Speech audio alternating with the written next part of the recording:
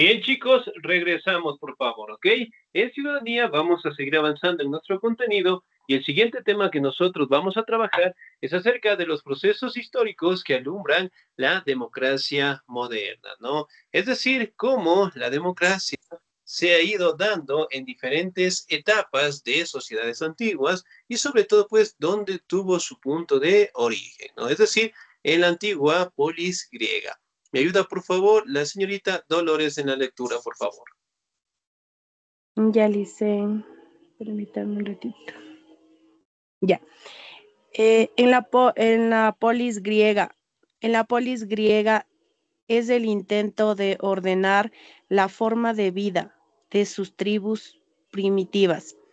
Se vivieron varias formas de gobierno llamadas por Aristóteles como tirania, monarquía, oligarquía y aristocracia, cuya característica en común era el gobierno de unos pocos en su propio beneficio, mientras el pueblo permanecía en la pobreza. Era esclavizado y estaba excluido del poder político. Excelente, señorita Díez, muchísimas gracias, ¿no? Muy bien, como ustedes saben, prácticamente lo que es la democracia tuvo un origen en la civilización griega, ¿no? Y directamente podemos determinar de que en las antiguas civilizaciones, en las antiguas sociedades griegas, eventualmente mantenían diferentes formas de gobierno, ¿no? Una de ellas, en este caso, cuando vivían en pequeñas tribus primitivas, tenían como la tiranía. Por ejemplo, cuando yo digo un presidente es un tirano, un dictador, ¿a qué me refiero con eso?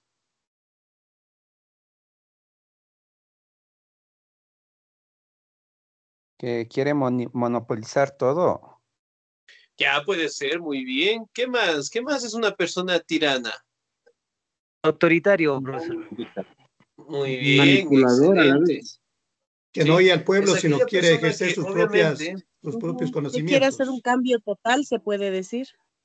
ya, muy bien, que quiere hacer sus Quiere hacer lo Manipulador, sí que o actividades a sí. él le en da la base a gana, su no lo que el beneficio, pueblo ¿no? dice. Sin participación de la población, sin la participación del pueblo, ¿no? Autoritario, sin establecerse en base directamente a la Constitución, ¿no? Sino más bien a su propia voluntad, ¿no?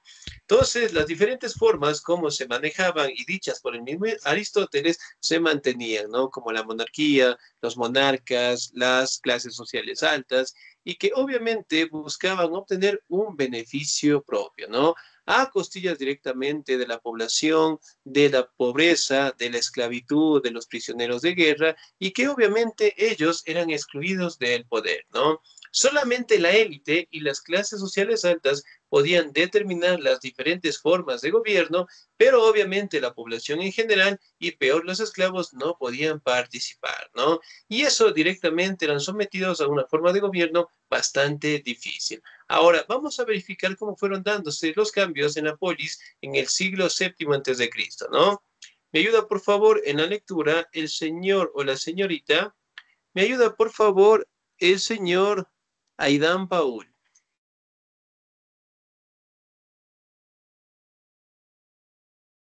Dígame, licenciado. A ver, en el siglo, mm, en el siglo ¿Séptimo? XII, ¿vale? ¿Siglo VII? Sí, lice. En el siglo séptimo sí, las malas cosechas y los abusos de poder contra los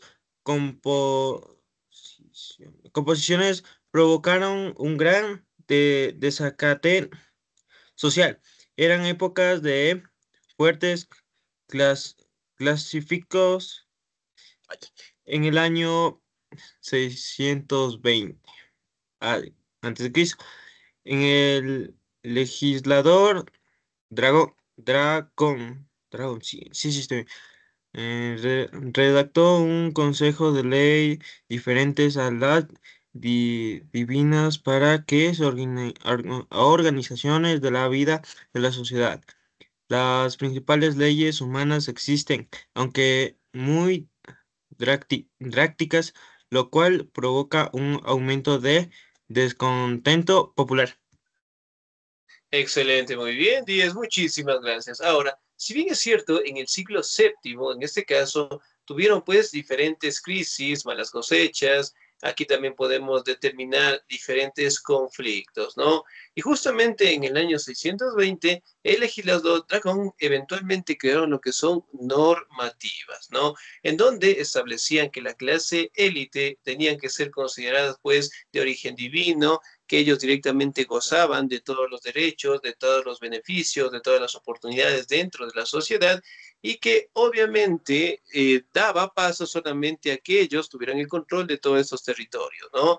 Y dando paso directamente a que la población empezara a tener en cuenta lo que son los levantamientos, ¿no? Es decir, obviamente el descontento popular, que para aquellos años la situación era sumamente complicada, ya que la élite tenía pues ejércitos sumamente grandes, ¿no? Pero el descontento empezó directamente a darse y con el pasar del tiempo eventualmente buscaron la manera de tratar de quitar estas formas de gobierno en donde explotaban a la población, ¿no? Siguiente diapositiva, me ayuda por favor la señorita Mélida Esperanza.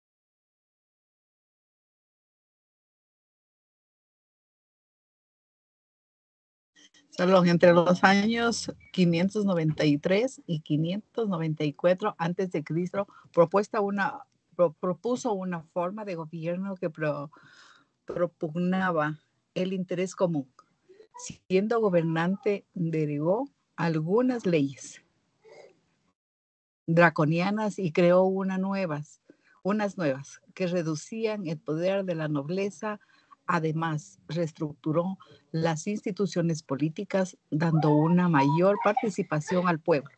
Así aparecen normas o leyes en ordenar la vida en sociedad y que están para sobre los caprichos de los gobernantes. Excelente, señorita, muy bien. Ahora, si bien es cierto, aquí podemos determinar, ¿no?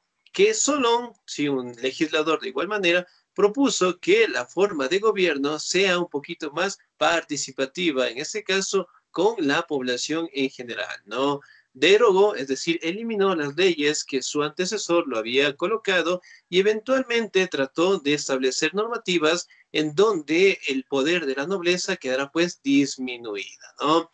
Aquí también podemos determinar que dio una mayor participación al pueblo, creó lo que son leyes normativas para que se diera una vida en sociedad y además que todo prácticamente estableció parámetros en beneficio de todos, ¿no? Es decir, ya no solamente para los gobernantes o aquellos grupos que tenían pues la élite, ¿no? Es decir, que controlaban los recursos, los territorios y la mayoría de la población era esclavizada, ¿no? Ahora, vamos a determinar cómo fueron dándose esos cambios en la Grecia antigua. Me ayuda, por favor, el señor Clever Puñay, por favor. Sí, buenas tardes, licenciado. En Grecia se crearon las bases de una nueva forma de gobierno, la democracia. Esta persigue el interés común, que implica en el Estado debe satisfacer las necesidades de la población con base en leyes justas. De ahí el origen de la palabra democracia. Demos, pueblo, y kratos, poder. Es decir, el poder del pueblo. El pueblo se expresaba a través de la asamblea, institución integrada únicamente por los ciudadanos libres que participaban en las discusiones y toma de decisiones. Gracias, Lisa. Excelente, muy bien, muchísimas gracias, Díaz. Ahora, si bien es cierto, aquí también podemos determinar que en Grecia empezaron a darse lo que es la creación de un gobierno más participativo, conocido como la democracia, ¿no? Si bien es cierto, el término democracia significa pues el gobierno del pueblo, ¿no? En donde de una u otra manera buscaba satisfacer lo que es el interés común, tratar de solventar todos los problemas dentro de la población en base a la creación de leyes justas, ¿no? Y obviamente los términos en general significa demos pueblo y kratos poder. Por ende, quiere decir el gobierno del pueblo, ¿no? En donde eventualmente con el pasar del tiempo lograron crear lo que son asambleas, instituciones, tanto por ciudadanos libres, ¿no? Que si bien es cierto, todavía seguía siendo la élite, pero con el pasar de los años dieron paso a que la población también lograra participar, ¿no? Pero en el caso de elegir lo que son representantes o gobernadores directamente, lo hacía solamente los ciudadanos que tenían bastantes privilegios, ¿no? Es decir, que la población no lograba directamente participar, pero se lograron establecer lo que son normativas en un beneficio en común para todos, ¿no? Ahora, ¿me ayuda por favor en la siguiente diapositiva? El señor o la señorita. Ya me regalan un segundito, por favor. Justamente está mi nómina acá. Muy bien, ¿me ayuda por favor el señor Luis Esteban, por favor? Ok.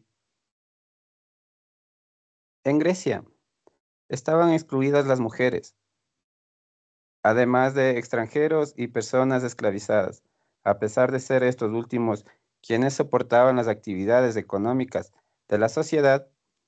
Este modelo funcionó en Atenas mientras duró la polis griega y se lo conoce como democracia directa, donde la soberanía reside en el pueblo. Para Aristóteles, filósofo griego, 384-322 a.C., la democracia moderna es la mejor forma de gobierno. Condena la oligarquía y la tiranía, porque atenta contra el bien común. Él plantea una sociedad con predominio de las clases medias, donde existe la necesidad de la alternancia en el poder y una distribución homogénea de la riqueza para eliminar los conflictos sociales. Excelente, señor Díez, Gracias, Luis. muchísimas gracias. Muy bien. Ahora, en Grecia, aquí podemos determinar, ¿no? Que las mujeres no podían participar en la política, de igual manera las personas esclavizadas y peor aún los extranjeros, ¿no? Cabe mencionar que en esta situación se da lo que es una participación directa, pero solamente de aquellas personas que tenían lo que son la potestad de ser ciudadanos libres, ¿no? Es decir, que ellos podían participar, que ellos directamente podían elegir a sus representantes y que de igual manera participaban en la creación de nuevas normativas, ¿no? Es decir, que poco a poco la forma de gobierno se dio directamente en Grecia con la finalidad de que la población en general lograra participar, ¿no? Pero más bien los esclavos sí estaban obligados a pagar directamente impuestos, estaban obligados directamente a realizar todos los trabajos forzados y que obviamente no gozaban de ningún tipo de derecho, ¿no? Ahora vamos a verificar cómo fueron cambiándose las formas de gobierno en Roma. ¿Me ayuda por favor la señorita María Jami, por favor?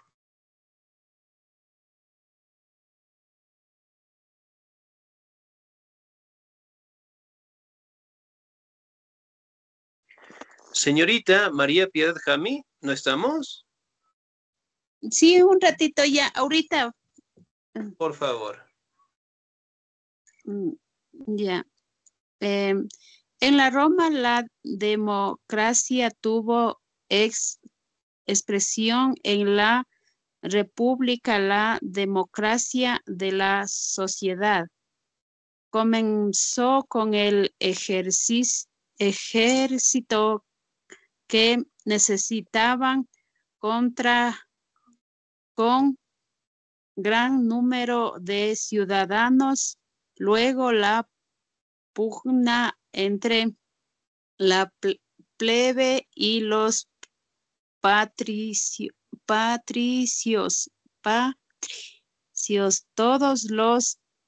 todo por la igualdad política hizo que la primera ganara espacios de poder y de control, amparada en un marco legal. El gran imperio romano dio fin a la democracia y en el feudalismo ya no se habló más de esta. Excelente, señorita, muy bien. Ahora, si bien es cierto, aquí tenemos que determinar que una de las formas similares que llegó a tener el Imperio Romano fue la forma de república, ¿no? Que tenían pues diferentes diferencias, por decirlo así, dentro de la democracia, pero sin embargo compartían bastantes virtudes, ¿no? Es decir, directamente poder participar en la población, tener la potestad de crear nuevas normativas, en buscar lo que es un bien común, ¿no? Y que obviamente pues en esos años en donde se trataba de establecer un nuevo gobierno, de establecer lo que es una república estable, eventualmente fue una época en donde el Imperio Romano empezó a tener lo que son crisis, inestabilidad política, especialmente por el Senado, conflictos entre los patricios, los plebeyos, y eso eventualmente no permitió que la república siguiera avanzando bajo los mismos principios de la democracia y que eventualmente terminara pues con la derrota a manos directamente de los pueblos bárbaros, ¿no? Es decir, que las formas de gobierno, sí, prácticamente en Roma se detuvieron por el tema de las conquistas, ¿no? Ahora vamos a otra etapa de la sociedad, en el Renacimiento. ¿Me ayuda, por favor, el señor o la señorita? ¿Me ayuda, por favor, el señor José Ulvio Naranjo, por favor? ¿Estamos ahí? Sí, licenciado, déjeme un segundito parquear el vehículo nomás, ¿ya? Tendrá mucho cuidado, tendrá mucho cuidado.